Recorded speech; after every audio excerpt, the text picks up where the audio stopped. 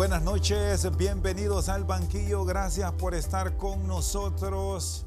Hoy hablamos con el doctor Fernando Valerio Pascua, forma parte de un grupo de talentosos profesionales de la medicina de Honduras que han desarrollado el protocolo Catracho de éxito a nivel de país en Estados Unidos y ya con repercusión en Europa. En los próximos días, en un congreso internacional, se va a exponer de los fármacos que forman parte de este grupo de medicamentos que se han aplicado a pacientes contagiados por COVID-19 y que han estado graves. A Dios gracias, se han recuperado. Doctor Valerio Pascua, qué gusto que esté con nosotros. Buenas noches. Gracias por acompañarnos. Muchas gracias, Rosendo. Gracias por la invitación. Y es para mí un placer estar en tan prestigioso programa. Bueno, doctor Fernando Valerio, del inicio de la pandemia, nos estamos remontando a Honduras en el mes de marzo, a los casos que ya tenemos ahora en mes de septiembre, casi 6 meses después. Se ha aprendido mucho. Los protocolos hoy son diferentes y la atención que ustedes brindan al paciente ha cambiado. ¿Qué tanto? Bueno, claro, recuerde que esta epidemia inició en China en diciembre y veníamos aprendiendo lo que la literatura nos indicaba. Las sociedades mundiales dieron protocolos para dirigirnos en la atención de estos pacientes. Y de marzo para acá nos ha tocado aprender en la marcha, ¿verdad? Al principio las indicaciones eran de que este virus causaba una neumonía y que había que intubar los pacientes de cuidados intensivos una vez ocuparan oxígeno y la insuficiencia respiratoria escalara. Y ahora pues nos damos cuenta que esta enfermedad es una patología causada no solo por el virus y una respuesta viral que ocasiona un proceso que se llama inmunotrombosis. Es una inflamación y posteriormente hay coágulos que producen obstrucción de las arterias donde se recoge el oxígeno y se lleva al resto de las células del cuerpo. Es decir, doctor Valerio Pascua, que aquello que nos llegó de China, que nos decía que en algunos casos era una simple gripe, eso quedó como parte de una historia, podríamos decir, hasta mal contada.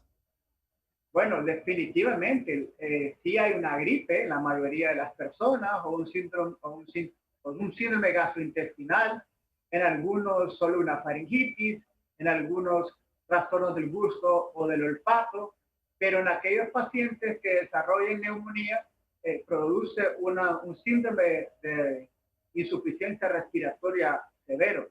Y esos son los casos con los que nosotros nos enfrentamos.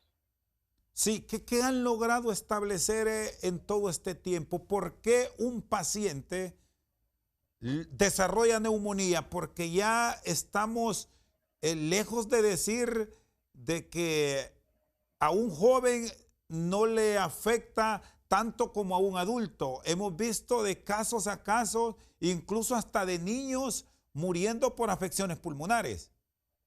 Claro. Bueno, hay factores de riesgo, eso va dependiendo de la cantidad de receptores ECA, que es donde el virus llega y se acopla, produciendo una infección, una inflamación del neumocito tipo 2.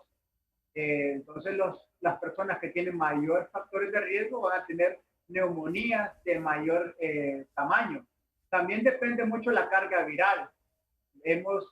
Nos hemos dado cuenta, o la experiencia nos dice, especialmente en Honduras, que el usar mascarilla ha disminuido la carga viral de transmisibilidad, entonces esos pacientes tienen menos enfermedad, pero las neumonías pueden presentarse a cualquier edad, dependiendo de la gravedad y la cantidad de receptores ECA, es la severidad de la neumonía.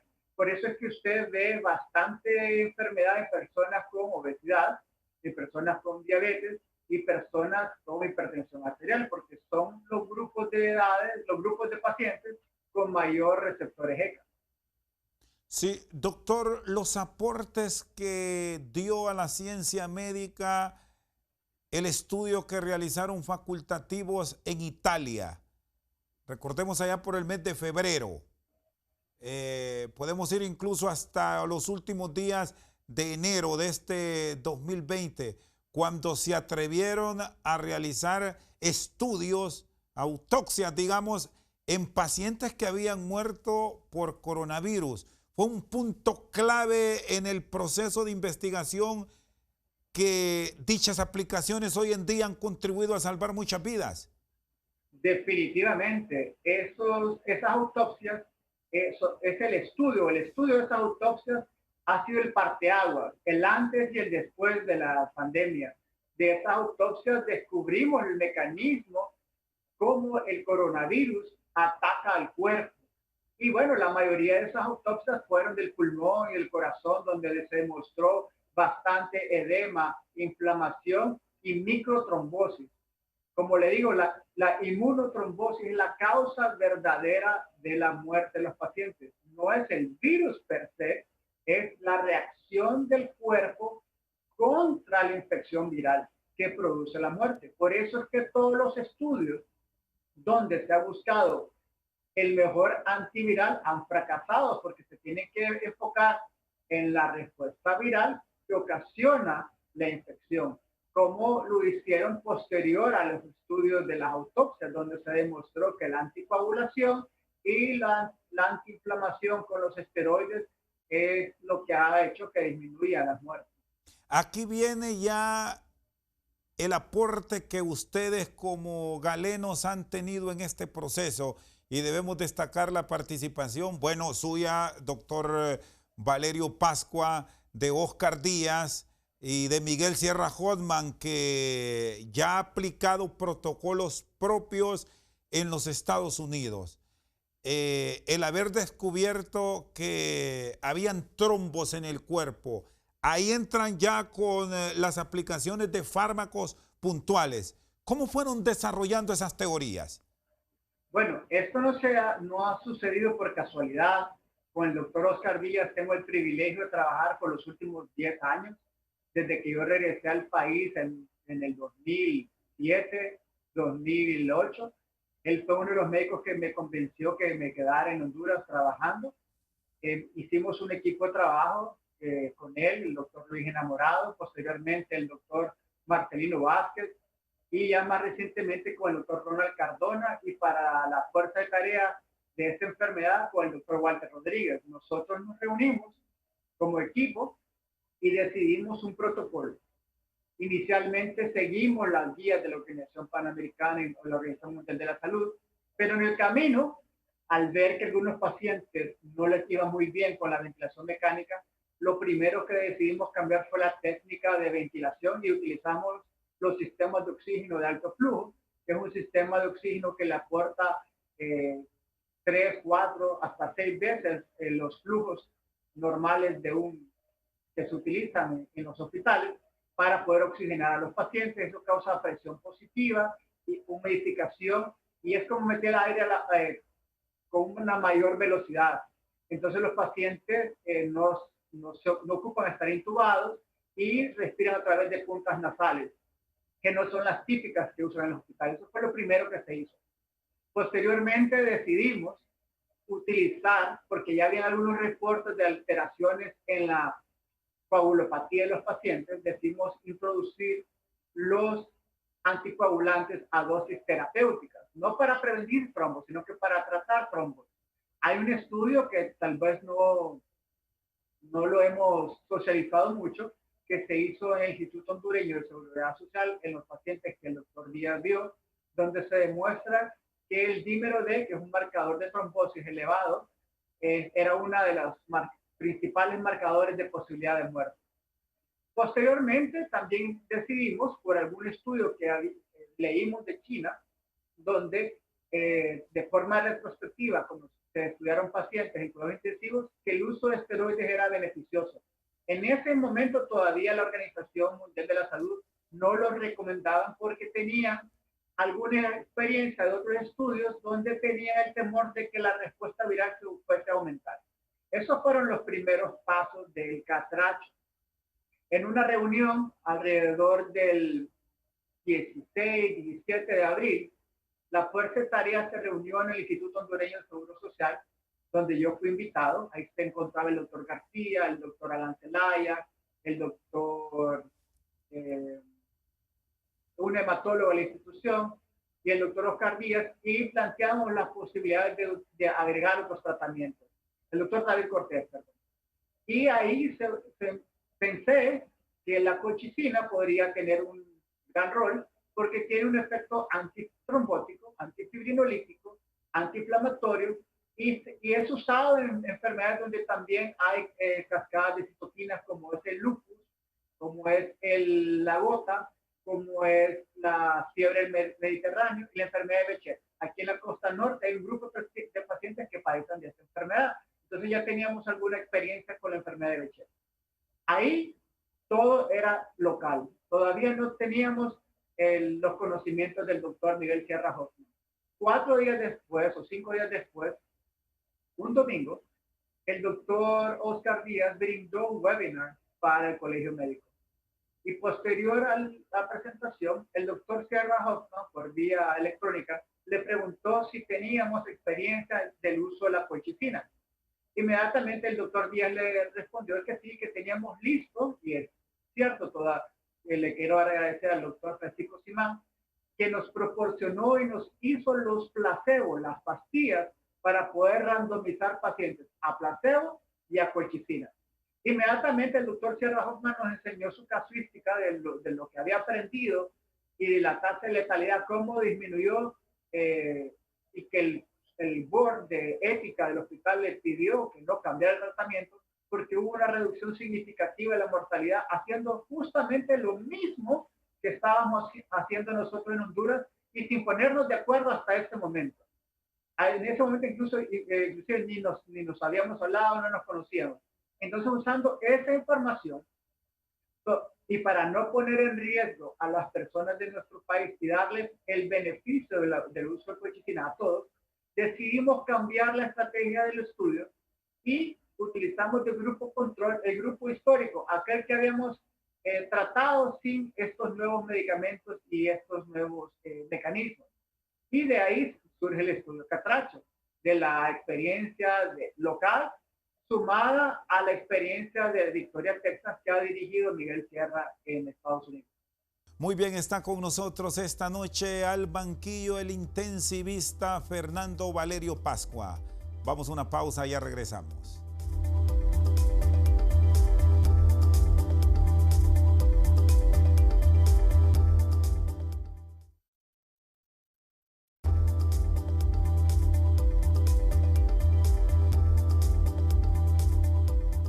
Seguimos esta noche al banquillo, nos acompaña el doctor Fernando Valerio Pascua. Debemos decir, doctor, que Catracho, este protocolo que ustedes han atendido con él, es para pacientes puntuales.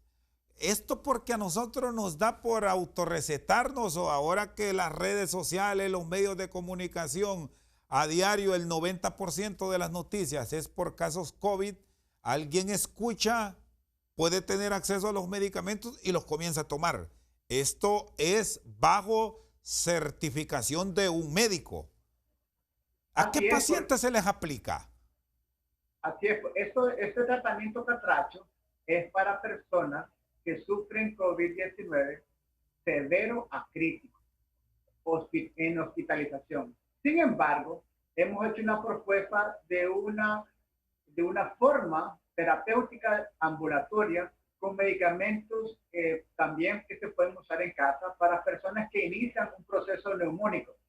Eso también se conoce como terapia AAA, que es la combinación de corticosteroides, anticoagulantes orales y colchicina. Entonces siempre hay un grupo de pacientes que pueden ser tratados ambulatoriamente para evitar el colapso de los hospitales y que hemos recomendado a la Secretaría de Salud lo utilice especialmente en los pacientes con alto riesgo y en los triajes. Sí, cuando hablamos de este uso en pacientes que no llegaron al hospital, siempre debe tener la certificación médica. Claro, porque estos medicamentos pueden tener efectos secundarios bien importantes. Los corticosteroides se asocian a aumento de la glicemia o del azúcar. En aquellos pacientes que ya son diabéticos pueden desarrollar coma diabético si no se tratan y se controla su azúcar. Además que disminuyen el sistema inmune, entonces pueden desarrollar infecciones secundarias. Además, los anticoagulantes pueden causar sangrado. En uno al 3% de la población los anticoagulantes pueden causar sangrado y el sangrado en ocasiones puede ser peor que la enfermedad. Y la colchicina, que no tiene muchos efectos secundarios, puede estar asociado con diarrea. Sí, doctor, ¿hay especificaciones en cuanto a edades? Bueno, este tratamiento es para adultos, sin embargo, sabemos que uno de cada 40,000 o 50,000 personas en niños puede ocasionar un síndrome que se llama síndrome inflamatorio multisistémico, donde la terapia también son corticosteroides. Sí, ustedes en todo este tiempo, ¿qué experiencias han tenido ya con el paciente que en su momento llegó al hospital público, al hospital privado? Usted ha laborado en ambos. En el momento en que se desbordó, hoy hay un control mucho más efectivo, podemos decir. ¿A cuántos pacientes se les aplicó este protocolo y que hoy ustedes lo certifican y así lo harán ver en Basel, Suiza, que fue efectivo, doctor? Nuestro estudio reclutó 85 pacientes en 4 hospitales del mundo, 2 hospitales en Texas y 2 en San Pedro Sula. De los 85 pacientes que estudiamos, 2 no reunieron los criterios, uno por haber sufrido un trauma craneoencefálico y otro paciente porque estaba embarazada. Otro grupo de pacientes no cumplieron los criterios de gravedad que queríamos destacar de los pacientes estudiados, porque todos los pacientes tenían casos severos. Entonces hay unas escalas de severidad que este grupo de pacientes que excluimos no lo cumplía. Siempre estaban bien enfermos, pero no críticamente enfermos. Entonces, en un grupo de 65 pacientes críticamente enfermos, descubrimos que el tratamiento disminuía la estancia hospitalaria en 5.4 días en comparación con el tratamiento estándar. Y en el grupo de mayor edad, arriba de 60 años, la diferencia fue todavía mucho mayor. La estancia hospitalaria se redujo en 9 días. Eso nos ayuda a calcular que se puede atender un 60% más de pacientes con los recursos hospitalarios de esas instituciones que se prestaron para el estudio en el tiempo que se hizo el estudio. Además, hay una significativa observación de la disminución en la mortalidad. Sin embargo, la muestra, como solo fueron 65 pacientes, no nos alcanzó para hacerla estadísticamente significativa, pero la mortalidad disminuyó de un 40% a un 15%. Pero cuando lo ajustamos para la edad, para las enfermedades de base, ahí no se observó una significativa reducción de la mortalidad, aunque la mortalidad total fue reducida de un 40 a un 12%. Doctor Valerio Pascua, aquí el momento de la atención, el instante en que el paciente llega ya positivo por COVID-19 es clave para la aplicación de estos fármacos. ¿Cuál es ese tiempo? ¿Cuál es ese momento? Porque aún hoy seguimos aprendiendo del coronavirus. Definitivamente, el paciente tiene mayor posibilidad de responder al tratamiento si llega temprano con los primeros síntomas de dificultad respiratoria al hospital. Sin embargo, y tristemente, no todos responden y aún todavía no sabemos por qué. Recuerde que en su momento la mortalidad en cuidados intensivos anduvo alrededor del 90% cuando tuvimos que intubar a los pacientes que llegaban con insuficiencia respiratoria. Esa mortalidad ha disminuido, pero no completamente. O sea, no lo hemos logrado bajar a cero o a cifras cerca del cero. Entonces, es importante que el paciente llegue lo más temprano posible. Además, es importante de que el comercio, seamos socialmente responsables, porque si no salimos con mascarillas, la tasa de infectividad, la carga viral va a ser mayor. Y entre menor sea la carga viral, es más posible que la terapia haga efecto. Si usted es intensivista, es la etapa más dura que enfrentan los pacientes que llegan a situación severa por coronavirus. ¿Están tratando de evitar ahora en lo mínimo a que se llegue a intubar a una persona? Así se está trabajando, doctor. ¿Cómo lo preparan entonces o cómo atacan la enfermedad antes de llegar a ese sitio donde usted recibe prácticamente pacientes en agonía? Claro. Bueno, sabemos que la inmunotrombosis es el principal mecanismo de letalidad del virus. Cuando una persona llega sin dificultad respiratoria severa, se le da oxigenoterapia, se le inician corticosteroides, anticoagulantes y colchicina, además de medicamentos con efecto antiviral, ya sea ivermectina, zinc, antibióticos con potencia antiviral como la citromicina o la doxiciclina, y en algunos casos se utilizan, dependiendo del médico tratante, algunos otros medicamentos como el interferón y la ribavirina. Posteriormente, si el paciente continúa en este proceso de insuficiencia respiratoria, pues es necesario trasladarla a la unidad de cuidados intensivos para recibir ayuda con sistemas de ventilación de alto flujo. Muchas veces la insuficiencia respiratoria no es posible manejarla con el paciente acostado boca arriba, ya que sabemos que hay mayor pulmón en la parte posterior del cuerpo. Entonces le pedimos al paciente que se acueste boca abajo para que aumente el flujo de sangre en la región posterior del tórax y disminuya las atelectasias o la compresión pulmonar por el peso del paciente que se acuesta boca arriba. Entonces les pedimos que se acuesten boca abajo y de esa manera mejoramos la oxigenación del paciente y disminuye la dificultad respiratoria y a la vez las posibilidades de requerir ventilación mecánica de forma invasiva a través de un tubo endotraqueal. Sí, doctor Valerio Pascua, de pacientes que usted trató que llegaron a esta etapa difícil para ustedes los facultativos, de intubar personas, ¿cuántos lograron recuperar? Porque me dice que al principio sí fue duro esto, pero y ahora se aprendió más. Claro, mire, la posibilidad de morirse una vez intubado es alrededor del 80%. Es por eso que los médicos tratamos de que el paciente no sea intubado. Y es esta patología en particular que tiene esta característica. El paciente tiene altísimas posibilidades de morir si se intuba.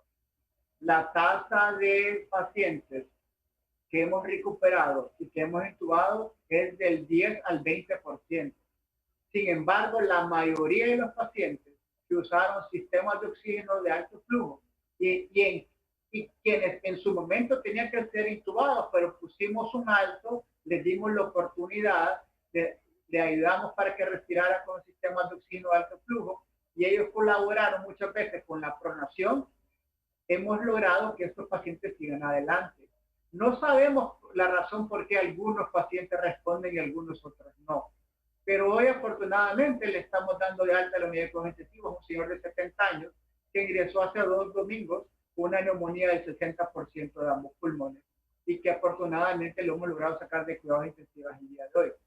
Es, como usted mencionó, importante el tiempo que hemos tenido con la pandemia, porque en estos 4 meses, oye, un montón de tiempo, pero realmente poco tiempo hemos aprendido muchísimo y hemos logrado sacar adelante a muchos pacientes para que se puedan regresar con sus familias y podamos también tener una mejor casuística de nuestros estudios.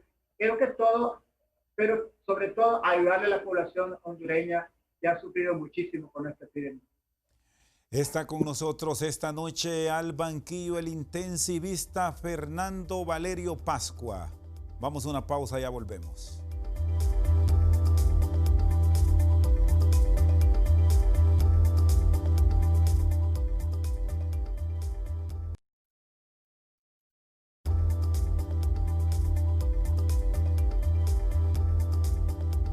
Seguimos esta noche al banquillo. Está con nosotros desde San Pedro Sula el doctor Fernando Valerio Pascua.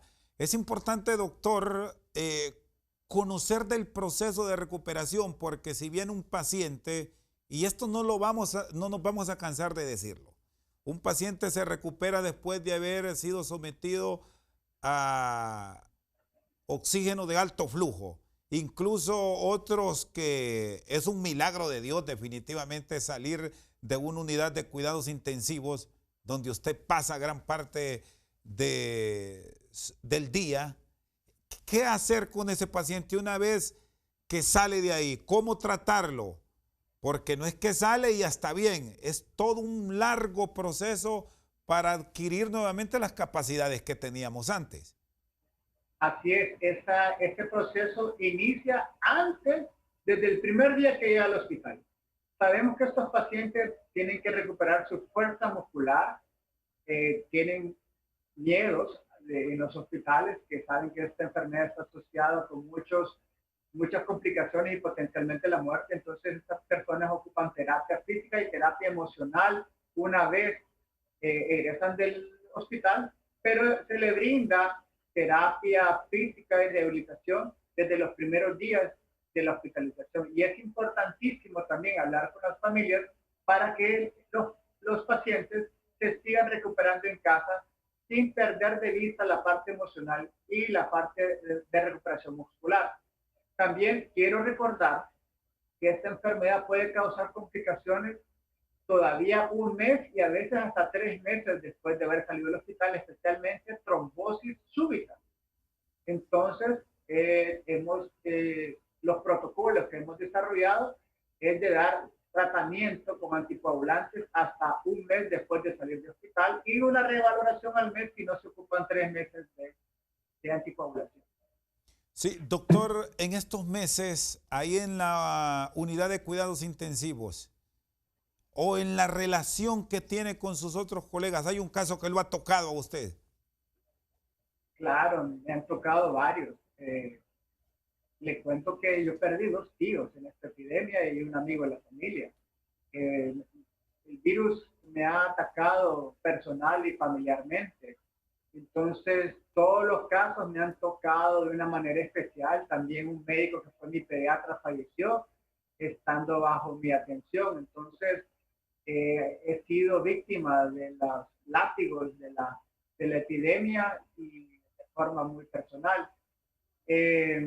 Darle gracias a Dios por la oportunidad de poderlos atender, de haber estado con ellos hasta el último momento. Y me siento y me sentí muy triste, pero me ha dado fuerzas para seguir investigando, estudiando y buscando otras terapias para poder ayudar a todos los pacientes que me toquen atender. Sí, y este es un punto, doctor Valerio Pascua, importante de recalcar sobre él, porque ustedes que conocen mucho más, que han estudiado, que conviven con pacientes contagiados, están expuestos, se contaminan. Y aquí encontramos en el país muchos superhombres o mujeres maravillas que porque ahora mismo observamos que hay una ligera disminución, piensan que esto ya se acabó. No, eso es un error terrible. Tenemos que aprender a convivir con el virus. Tenemos que tener un aislamiento nasofaríngeo para poder circular, especialmente ahora que ha disminuido los casos. porque no tarda en haber un rebrote. Y si no aprendimos del primer brote, será un pecado, porque ya la economía está lesionada.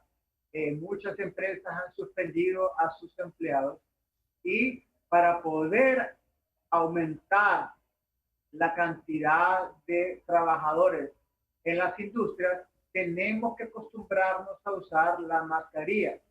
El fin de semana fue mi primer día libre, mi primer par de días libres desde hace 5 meses, y acudí con mi familia a dimos un paseo por el área de Moa y ahí las personas no andaban con cubrebocas. Entonces me alarma muchísimo porque muchas de esas personas que yo atendí en los hospitales, muchos no siguieron las precauciones y tuvieron eventos sociales donde se infectaron, y personas jóvenes. Y ahí, pues muchos de ellos se recuperaron, pero algunos fallecieron después de esas reuniones. Entonces me llama con mucha preocupación, me llama esta insistencia de algunas personas donde no acatan el distanciamiento social y sobre todo el uso de mascarillas. Sí, doctor Valerio, y ustedes como hombre de ciencia, ¿qué valoración dan a la reapertura inteligente que se está dando? ¿Cómo se debe manejar entre el Estado y el sector privado? Porque no se puede tener todo el tiempo, y ya usted me lo expone, cerrado, porque si no aquí nos vamos a terminar muriendo de hambre. Pero ¿qué cuidados tener en estos instantes que apunta a, no sé, si un control de la pandemia? ¿Cómo lo valoran ustedes? ¿Aplanamiento de curva o pocas pruebas practicándose a nivel de todo el país y por eso la baja de casos? Bueno, su pregunta es muy interesante. Yo sí creo que hay una disminución o un descenso de la curva, y no sé si hay un aplanamiento de la curva, por dos razones. Uno, porque no ha habido suficiente cantidad de pruebas. Pero, por ejemplo, ayer la positividad estuvo arriba del 50 y pico por ciento, pero no vemos tantas personas en los hospitales. ¿Qué quiere decir eso? Uno, que la práctica del uso de la mascarilla ha servido y que la virulencia ha disminuido porque la carga vial se ha reducido, o porque los tratamientos ambulatorios han sido efectivos en una gran mayoría. Entonces solo estamos recibiendo los pacientes graves en los hospitales, los cuales en este momento son pocos. Pero ¿qué puede suceder? Ya sabemos que hay un brote en las áreas rurales. En las áreas rurales los hospitales tienen pocas camas.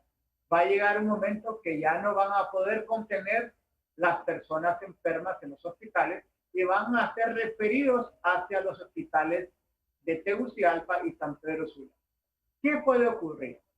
Al momento de llenarse los hospitales y que las pacientes vengan del área rural al área urbana, van a haber mayor cantidad de casos y puede haber un rebrote en las áreas, en las ciudades. Y si los hospitales ya están llenos, puede colapsar otra vez el sistema de salud hospitalaria del país. Sí, doctor, los triajes, ¿qué tanto han contribuido? Estar ya casi a nivel de todo el territorio nacional con la participación directa de los alcaldes, con la contratación de personal de salud, ¿qué tanto nos ha ayudado? Bueno, yo creo que han sido de gran ayuda. Yo tengo mucha experiencia en el Centro de Recuperación y Estabilización de la Municipalidad, aquí en la ciudad de San Pedro Sula, lo que es el gimnasio municipal, una unidad preciosísima, una alta calidad de atención, tanto humana, psicológica, médica, también el de la Cámara de Comercio. He visto también cómo funciona y he interactuado con los directores del Colegio de Ingenieros, donde se han hecho muchas pruebas y se les han dado tratamientos. Entonces yo creo que sí ha valido la pena. Creo que tenemos que cambiar un poco la estrategia. Yo siempre he dicho que si nos ponemos a esperar la prueba, iba a causar muchos problemas. O sea, la prueba existe, pero en este momento cualquier persona con faringitis, con gripe, con dolor corporal, con tos, con fiebre, tenemos que considerar lo que es coronavirus, porque es lo que anda circulando. Es cierto, por ahí vamos a ver un dengue, por ahí vamos a ver casos de influenza, pero si no somos agresivos, y como digo yo, si no le hacemos pressing al virus, el virus nos va a venir a atacar a los hospitales y nos va a inundar los sistemas de salud. Por eso hay que cambiar la estrategia. Si no tenemos suficientes pruebas de PCR, tenemos que hacer la de antígeno. La de antígeno se lleva, es un hisopado, se le hace hisopado en la nariz al paciente, se pone en un buffer, ahí se mezcla lo que hemos captado de la nasofarina, se producen unas gotitas, se pone una tirita y en 15 minutos sabemos si el paciente tiene COVID o no. Y es una prueba de antígeno. Es mucho más barata, no ocupamos una máquina cara, cuesta 4 veces menos casi de lo que cuesta una prueba de PCR. Se puede llevar al lugar más incógnito de Honduras. Las alcaldías lo pueden comprar y de esa manera las personas se van a sentir atraídas que va a ir al triaje o a la brigada porque le van a hacer una prueba efectiva. La prueba de anticuerpos o prueba rápida es una prueba muy mala porque tarda de 7 a 10 días para salir positiva. Entonces, si usted llega con los primeros síntomas, los primeros 5 días, la prueba le va a salir negativa y va a ser un falso negativo. Va a causarle una falsa seguridad. Entonces, aquella persona que tal vez tiene síntomas leves o no tiene síntomas, va a salir a transmitir el virus. Es decir, doctor, la prueba de antígeno en las áreas rurales, podemos contener el virus y poder aislar a aquellas personas que pueden transmitir con mayor facilidad este virus. Es decir, doctor, que ustedes como especialistas ahora ya están recomendando, primero por la reducción de costos, que debemos migrar ya a estas pruebas de antígeno y a muchas otras pruebas que ya las están experimentando en otras economías, como la prueba de saliva que la practica Estados Unidos, que la practica Taiwán, Corea del Sur, entre otras. Debemos ya tener una apuesta clara a este tipo de pruebas e irnos alejando, no olvidando, alejando un poco de la PCR. Lo que sucede es que ser eficaces. Tenemos poca cantidad de PCR porque no hay suficientes kits de extracción, porque el brote epidémico ha ocurrido en todo el mundo y hay una competencia entre todos los países para adquirir esas pruebas. Entonces, si una persona en este momento se presenta a un centro de triaje con dolor de garganta y que con un poquito de fiebre y estuvo en contacto con un posible caso y necesita una prueba, en mi opinión, se debe empezar por una prueba de antígeno. Ya se hizo hisopado y en 15 minutos tenemos la prueba. Porque la prueba que en este momento, de los primeros días de la infección, va a ser más efectiva, va a ser mejor, va a ser más costo efectiva. Si la prueba es positiva, no ocupamos otra prueba.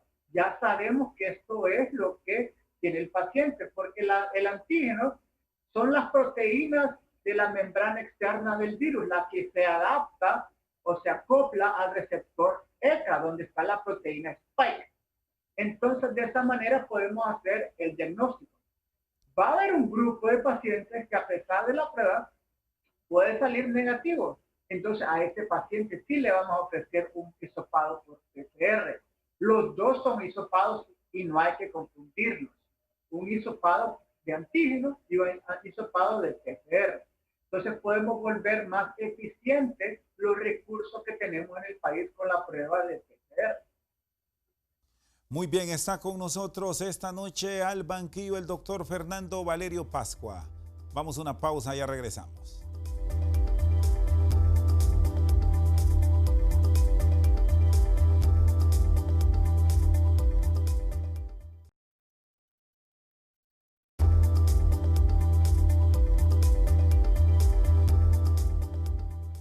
Seguimos esta noche al banquillo con el intensivista Fernando Valerio Pascua. Doctor, el COVID, ya los datos están claros, le pega más a los hombres. Sí, sabemos que existe un trastorno asociado a los andrógenos, por lo cual el hombre es más susceptible a enfermarse. Además, las enfermedades crónicas existen más frecuentemente en los hombres, especialmente la hipertensión arterial, además de la obesidad. La obesidad creo que es uno de las enfermedades y de las patologías que está asociada con mayor complicación en los pacientes con coronavirus. Doctor, para el 23 ya de este mes de septiembre, más de 6 meses después de la pandemia en América Latina, ustedes tienen el honor de representar a Honduras con su protocolo que ha mostrado efectividad en pacientes incluso graves. ¿Qué debe esperar el mundo del aporte de los investigadores hondureños?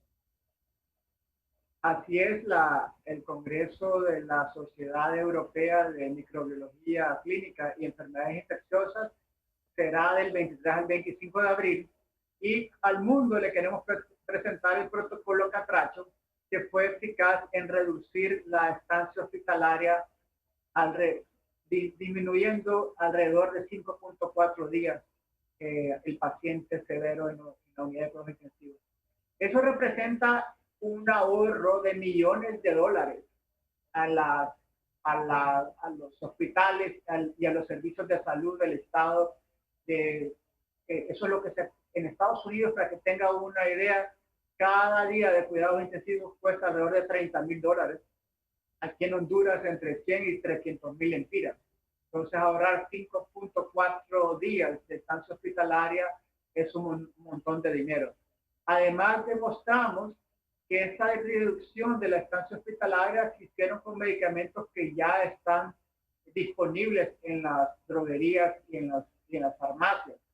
Esta estancia hospitalaria es similar a lo que redujo la estancia hospitalaria del estudio de Remdesivir y que ha costado millones de dólares poner en función.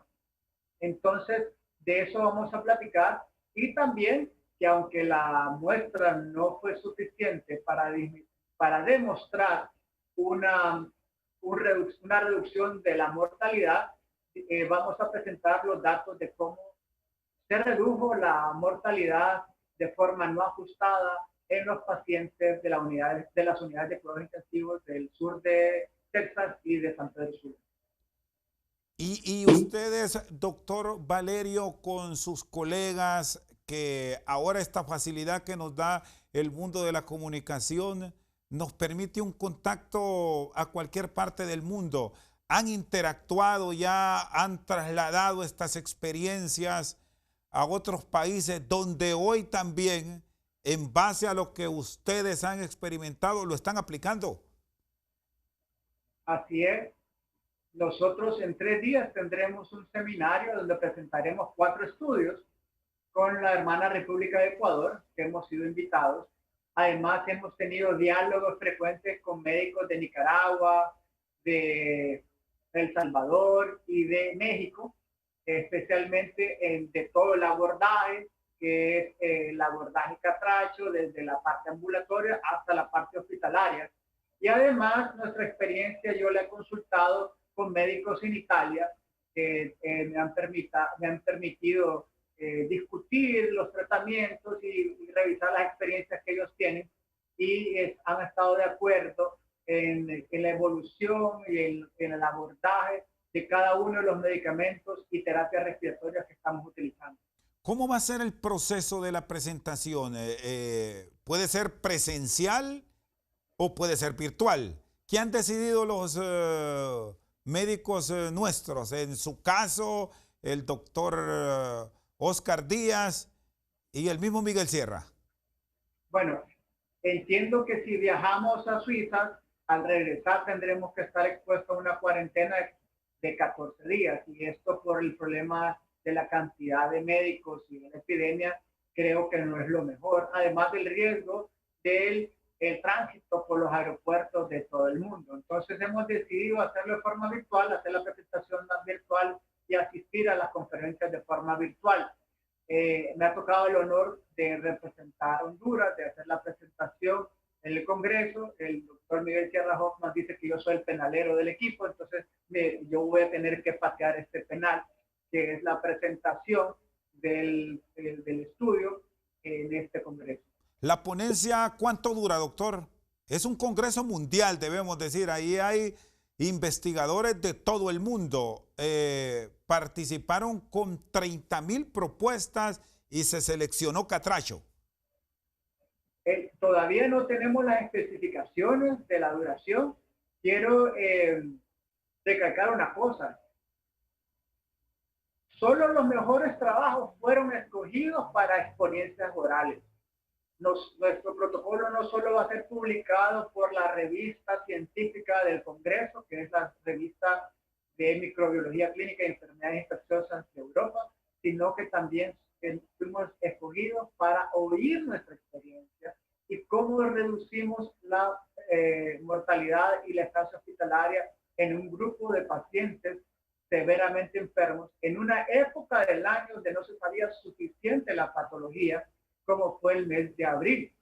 Recogimos pacientes o reclutamos pacientes de finales de marzo y abril, pero fue en esos meses donde no había todavía conocimiento robusto de la enfermedad, donde no había aparecido el Spirit Recovery, donde habla del uso de esteroides, nosotros ya los usábamos, donde no había aparecido el estudio Greco, que habla sobre el uso de colchicina, nosotros ya lo usábamos, donde todavía se hablaba de intubar pacientes, nosotros ya habíamos dejado de intubar y darle sistemas de oxígeno de alto flujo, y ya habíamos empezado a usar terapia de anticoagulación terapéutica cuando todavía se ponía en duda por los riesgos de los sangrados. Entonces, quiero también recalcar eso, que cuando empezamos a usar el estudio y reclutamos a los pacientes, fueron en los primeros meses de experiencia clínica en nuestro país.